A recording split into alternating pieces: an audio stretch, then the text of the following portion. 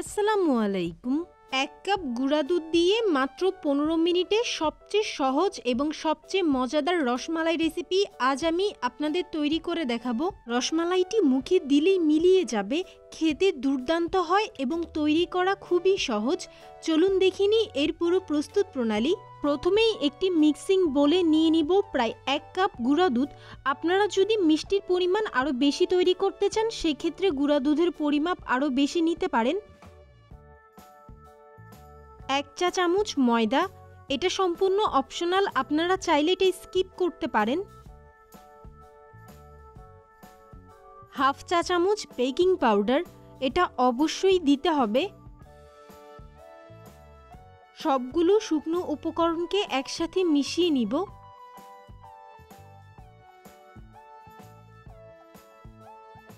১ table চামচ দিব ঘি, আপনারা চাইলে ঘিয়ের পরিবর্তে রান্নার রেগুলার তেলও ব্যবহার করতে পারবেন। এবার শুকনো উপকরণ এবং ঘি হাত দিয়ে ডলে ডলে একসাথে খুব ভালো করে মিশিয়ে নিব।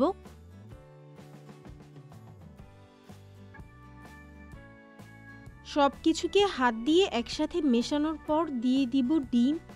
রুম টেম্পারেচারে থাকা একটি ডিমকে আমি খুব ভালো করে ফেটিয়ে নিয়েছি। এবার এখান থেকে কিছুটা অংশ দিয়ে আমি হাত দিয়ে সব কিছুকে খুব ভালো করে মথে একটি ডো তৈরি করব। অল্প অল্প করে ডিমের এই মিশ্রণটা মেশাতে হবে এবং সফট একটি ডো তৈরি করতে হবে।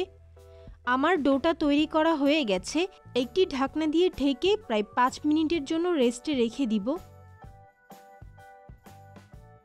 ৫ মিনিট পর ঢাকনাটা খুলে এই ডোটা দিয়ে আমি মিষ্টিগুলো তৈরি করব। তাই প্রথমে হাতে সামান্য ঘি লাগিয়ে নিয়েছি। মিষ্টিগুলোর সাইজ অনুযায়ী আমি সামান্য ডো নিয়ে নিচ্ছি। এবার এই ডোটাকে ২ হাতের মাঝখানে রেখে গোল করে নিব। আপনারা যেরকম শেপ দিতে চান ওরকম শেপের করে এই মিষ্টিগুলো তৈরি করবেন। এরকম গোল তৈরি করে আবারও ২ হাতের মাঝখানে রেখে আমি কিছুটা চাপ দিয়ে এরকম গোল করে তৈরি করেছি। একইভাবে সবগুলো মিষ্টি আমি তৈরি করে নিব। রসমালাইয়ের মালাই তৈরি করতে একটি ননস্টিক প্যানে দিয়ে দিব প্রায় 1/3 কাপ চিনি, এর সাথে দিয়ে দিব প্রায় 1/3 কাপ পানি। চিনি এবং পানি একসাথে নেড়ে চেড়ে আমি ক্যারামেল সস তৈরি করব। এভাবে ক্যারামেল তৈরি করে মিষ্টিটা তৈরি করলে একেবারে দোকানের মতো হয়, তাই চেষ্টা করবেন অবশ্যই এভাবেই তৈরি করতে। চুলার আঁচ মিডিয়ামে রেখে অনবরত নেড়ে চেড়ে আমি ক্যারামেলটা তৈরি করেছি। এবার এখানে দিয়ে দিব প্রায় ১ কেজি তরল দুধ। প্রথমেই প্রায় 1/2 কাপ তরল দুধ দিয়ে দুধ এবং ক্যারামেল দুইটা একসাথে খুব ভালো করে মিশিয়ে নিব। অনবরত নেড়ে চেড়ে দিব যেন দুধ এবং ক্যারামেল একসাথে মিশে যায়।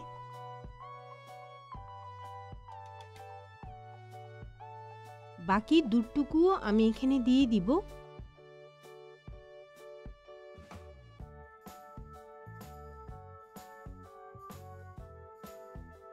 আবারও সব কিছুকে একসাথে নেড়ে চেড়ে খুব ভালো করে মিশিয়ে নিব এবং দুধ কিছুটা ঘন করে নিচ্ছি।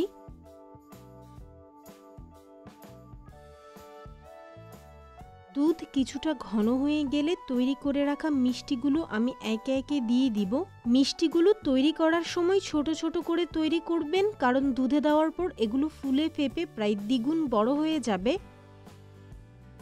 সবগুলো মিষ্টি দিয়ে দেওয়ার পর এবার একটি ঢাকনা দিয়ে ঢেকে প্রায় ৫ মিনিটের জন্য আমি এভাবেই রেখে দিব।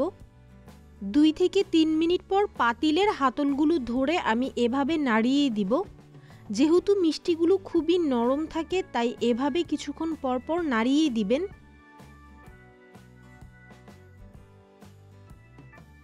৫ মিনিট পর আমি ঢাকনাটা তুলে নিব। এবার একটি মিষ্টি তুলে আমি আপনাদেরকে দেখিয়ে দিচ্ছি যে মিষ্টিগুলো ঠিক কতটা সেদ্ধ হয়েছে। মিষ্টিগুলো প্রায় 80% সেদ্ধ হয়ে গেছে। আরও ৫ মিনিট আমি এভাবেই মিষ্টিগুলোকে সেদ্ধ করে নিব।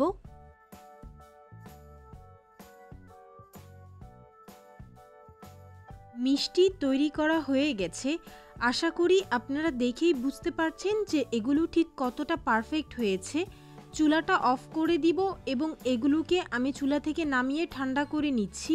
মজাদার এই রসমালাই রেসিপি যদি আপনাদের ভালো লেগে থাকে তাহলে অবশ্যই আমার চ্যানেলটি সাবস্ক্রাইব করবেন, লাইক কমেন্ট শেয়ার করবেন ফ্রেন্ডস অ্যান্ড ফ্যামিলির সাথে। ফেসবুক থেকে দেখে থাকলে অবশ্যই আমার পেজটিকে ফলো করবেন। সবাই ভালো থাকবেন। আল্লাহ হাফেজ।